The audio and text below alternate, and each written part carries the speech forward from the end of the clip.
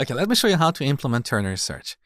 So this method has 4 parameters, exactly like our binary search method. We have array, target, left, and right. Now we need to find the index of our middle points. First, we calculate the partition size. So we set partition size to right minus left divided by 3. With that, we can tell mid1 equals left plus partition size, and mid2 equals right minus partition size. Now we need a few comparisons, and there are a few different ways to write these comparisons. So if your implementation is different from mine, don't worry, it doesn't really matter.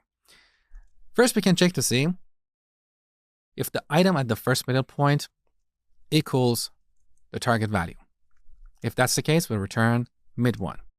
Similarly, we check if array of mid2 equals the target, then we return mid2. Now we need to figure out in which partition we might have the target value. So if target is less than array of mid1, that means it's in the left partition. So here we recursively call this method and return the result. We call ternary search, give it our array, the target value, the same left value, and for the right we pass mid1 minus 1. Straightforward. If it's not in the left partition, it might be in the right partition. So if target is greater than array of mid2, that means it's in the right partition. So we return ternary search, give it our array, the target value.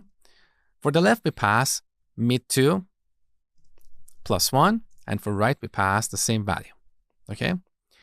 And if none of these conditions is true, that means it's in the middle partition. So here we return ternary search with the array, target value. For the left, we pass mid1 plus 1, and for the right, we pass mid2 minus 1. Just basic math, okay? Now, because we're calling this method recursively, we should remember to implement our base condition. So right at the beginning, we check to see if left becomes greater than right, we're going to stop the recursion and return -1. This is how we implement ternary search. Now let's test our implementation. So back in the main class, we have the same list as before. Let's call the ternary search method and search for 7. Now here we have a compilation error because we should also pass the left and right indexes. But I don't want to do that, so let's go back to our search class and declare another public method called ternary search, which takes only 2 parameters, the array and the target value. Now here we call the other method, ternary search, give it the array, the target value, 0 for the left, and array.length, -1 for the right. That is better.